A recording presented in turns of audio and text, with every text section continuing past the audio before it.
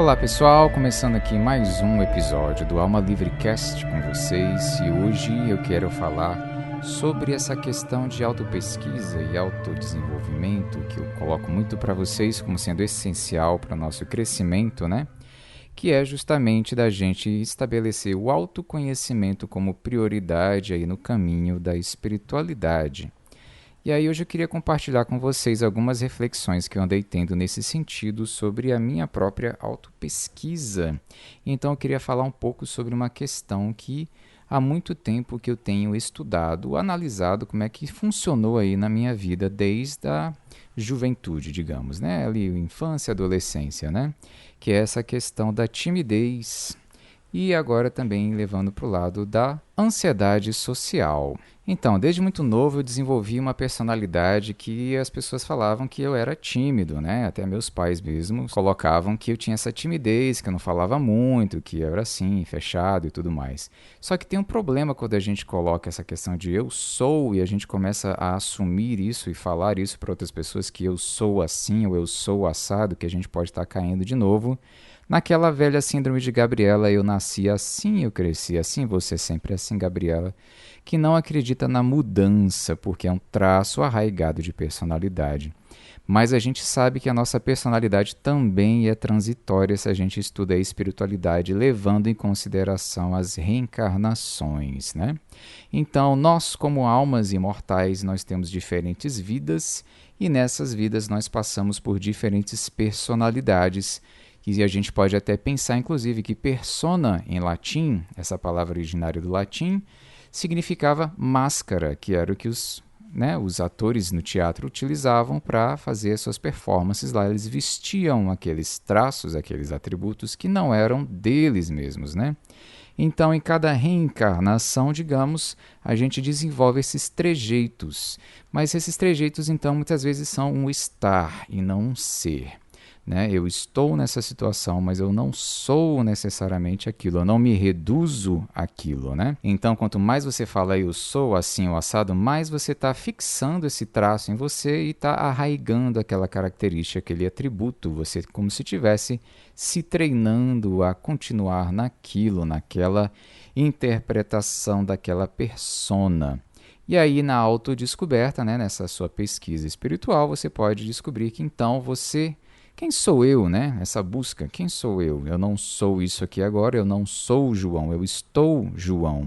Nesta encarnação, com os traços que foram desenvolvidos no contexto da minha vida atual, e muitas vezes eu trago traços também que vieram do contexto de outras encarnações, mas outros traços que estão sendo desenvolvidos nesta encarnação, e às vezes não são necessariamente positivos, né? E não são necessariamente intrinsecamente pertencendo a nós para a eternidade, no sentido de a gente manter aquela situação constante em nossa manifestação consciencial. Então a gente tem basicamente aí traços positivos, nossos atributos, né? nossos pontos fortes que a gente provavelmente está levando aí de uma vida para outra, mas a gente pode levar também traços que não são muito produtivos, digamos assim, né? Para a gente não ficar usando essa coisa de negativo, de que eu tenho um problema, eu tenho um defeito, um erro, né? Ou funciono mal. Mas algo que realmente eu posso estar ressignificando, reciclando e trabalhando para mudar nesse contexto atual de vida, né?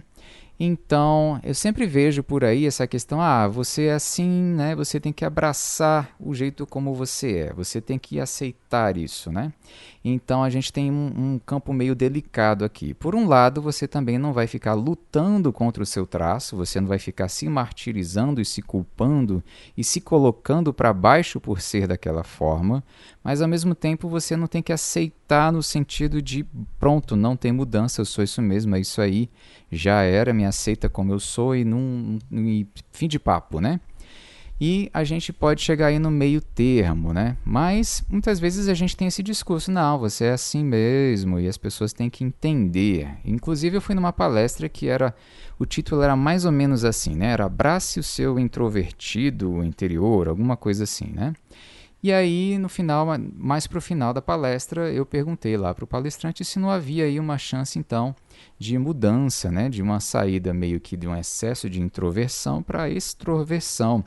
E aí o que ele me respondeu é que não, que era por isso que o nome da palestra era Abrace, no sentido de aceitar, de lidar com aquilo que você é, do jeito que você é, mas que não havia aí possibilidade de mudança. E aí eu fiquei com aquela pulga atrás da orelha, como sempre, né? Como assim não há mudança? Mudança é lei da vida no sentido mais amplo das múltiplas existências, encarnações, como eu falei antes, né? E eu já tinha estudado, inclusive, algumas questões de psicologia, do livro da Carol Dweck, por exemplo, lá no Mindset fixo versus de crescimento, como que essa questão de eu não vou mudar é muito traço do mindset fixo, que é aquela mentalidade, eu tenho esses traços, esses atributos, esses trejeitos, eu sou assim e não há nada que eu possa fazer em relação a isso, né? Versus um mindset de crescimento que reconhece os seus traços e reconhece que você continua crescendo, aprimorando, amadurecendo, seja qual for o seu estágio na vida, e que você pode continuar mudando. Outro pesquisador também, que é mais da área da educação, que é o Jeremy Harmer, ele escreve também que o aprendizado é mudança, que é meio complicado a gente ficar dando rótulos de perfil de alunos ou aprendizes, ou perfil de estilo de aprendizado, né? Porque a gente está sempre num processo ali de transformação, de mudança, de crescimento, quando a gente está aprendendo algo novo. E se a gente levar em consideração que a gente vai continuar aprendendo até o infinito, a gente vai continuar em mutação, em constante mudança. E aí eu mesmo como professor também, né, nessa experiência aí de sair da timidez, lá na minha primeiríssima aula, eu lembro como que eu mudei de lá para cá, né? Que eu comecei a dar aula em 2005, então já faz aí, né, 15 anos. E eu lembro da minha primeira aula em sala de aula, né? Minha primeira experiência como professor. E eu extremamente tímido, introvertido, né, inseguro com aquela situação, não estabelecia contato visual com os alunos.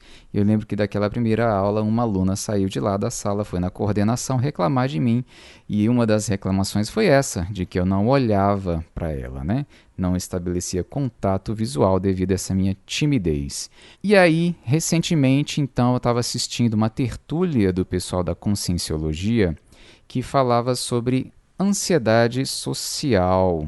E aí eu comecei a ver que eu tinha, ainda tenho, muitos traços aí da ansiedade social que tem a ver com essa timidez, que antigamente eu achava assim, eu sou tímido, né? E é isso aí, né? Acabou. E como que existem formas de você trabalhar essa ansiedade social, porque muitas vezes ela descamba para um lado mais patológico, um lado mais grave, que te deixa menos funcional na vida, né? Na interação com as pessoas, ou no trabalho mesmo, nos relacionamentos e tudo mais. E aí essa ansiedade social, o que ela seria então?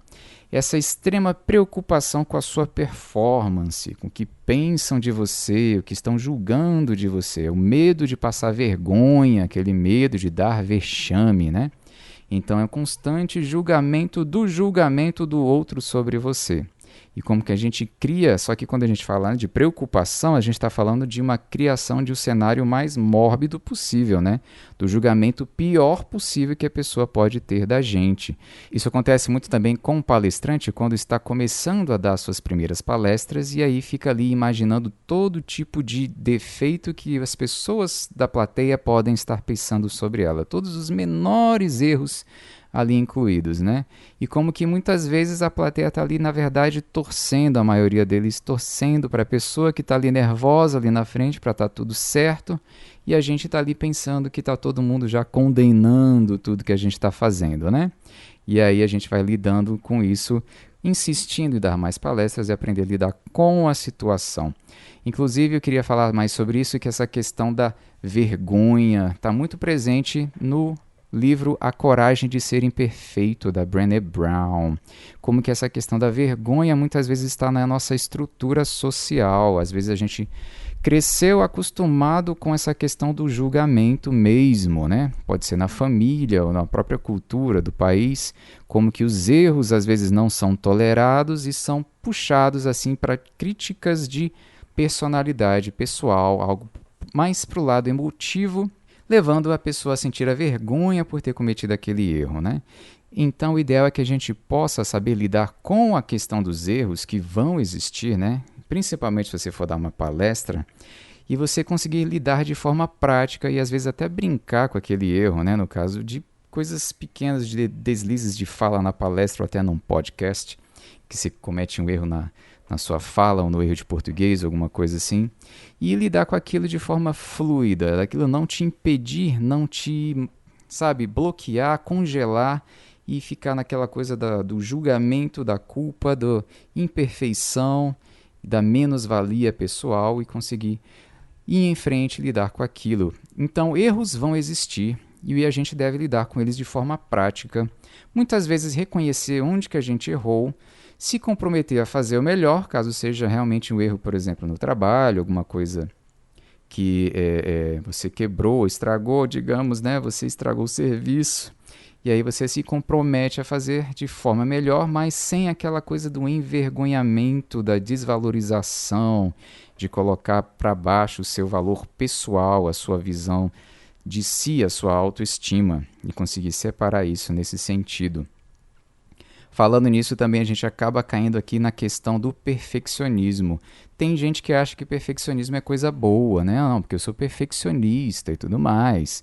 Na verdade, o perfeccionismo extremado também pode virar aí algo mais doentio, patológico, que te imobiliza de realizar.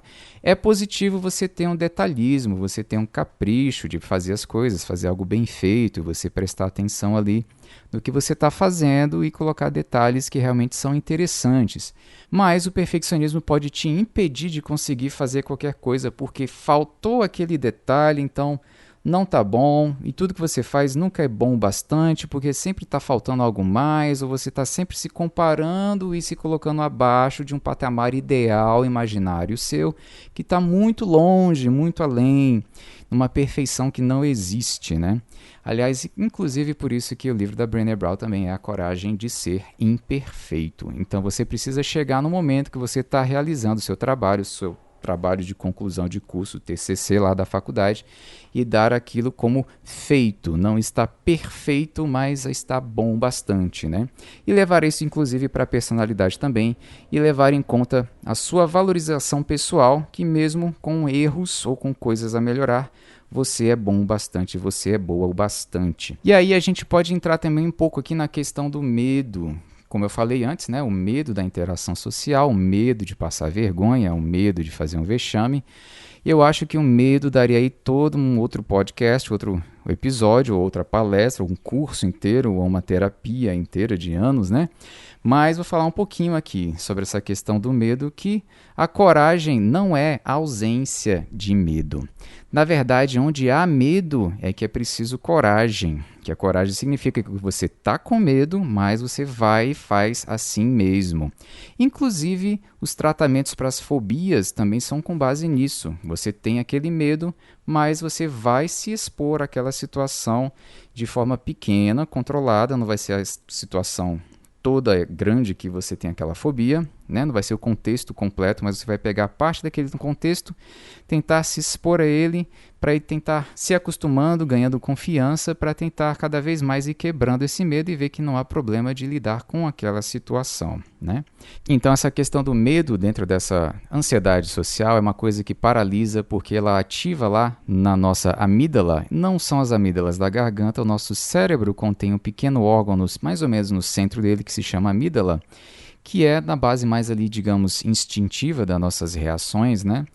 Que ativa-se com a função do medo, que o medo ele te deixa com um repertório somente de 3 ações, basicamente. Todo o seu repertório que você poderia fazer na vida fica reduzido a 3. Ou você congela, ou você luta, ou você foge. Traduzindo, ou você sai correndo, que é a fuga, ou você começa a lutar com aquela situação, mesmo que hoje em dia a luta seja mais na mente, né? Na imaginação, como eu falei, lutando contra um resultado negativo da sua interação com aquela realidade, e essa luta te deixa travado também. Ou você simplesmente congela e não sabe o que fazer e acaba não fazendo nada e fica parecendo estranho e tudo mais, né? Então, muitas vezes a gente entra nesse processo de luta com a atividade. A gente está fazendo aquela interação, fazendo aquela atividade, mas ao mesmo tempo está fazendo uma outra atividade paralela na sua cabeça, que é uma luta com o fato de estar fazendo aquilo, né? que é uma análise e um julgamento por cima, é um comentarista mental constante, né? Então a busca aí da coragem, além dela, eu também recomendaria a busca do relaxamento, de tentar abrir mão de ficar pensando, analisando, julgando, mentalizando, fazendo essa narrativa mental constante do que quer que acontece à nossa volta e tentar relaxar o máximo possível e observar, né, como eu falei nesse tratamento de fobias, de realmente sentir mais o que está acontecendo, perceber os feedbacks positivos ou negativos dos seus atos ou das suas ações, porém não levar isso para o lado pessoal, mesmo que alguém queira estar levando para o lado pessoal na sua interação, você vai tentar estabelecer como, ok, estou observando aqui o que eu tenho, como eu estou, como eu sou, e como que eu posso fazer melhor e aprendendo com a situação, mas não me bloqueando, me impedindo de vivenciar a situação. Então que a gente possa sempre aí se jogar de cabeça não, né? Mas com o mínimo de correr riscos, né? Porque essa coisa de você ficar na defensiva o tempo todo, a cultura do medo, da coisa que está acontecendo lá fora, dos noticiários de crimes e tudo mais, faz as pessoas ficarem presas nas suas próprias casas, dentro de 4 paredes, achando que estão seguras ali. E ali, ao mesmo tempo que elas estão se defendendo do perigo lá fora, também estão se protegendo da vida em si que existe lá fora, né? Então a gente evita, vou nem falar da questão dos crimes, né? Mas a gente evita uma situação, uma interação social que a gente queria até às vezes estar passando, vivenciando, e a gente evita por não passar vergonha, então a gente está se defendendo de uma situação, mas na verdade a gente está se defendendo da própria vida em si, do próprio sentir, do próprio contato entre as pessoas e da experiência. Então que a gente possa cada vez mais estabelecer um contato saudável e bacana aí com a realidade, com a vida, para a gente não ficar simplesmente preso na armadura do medo.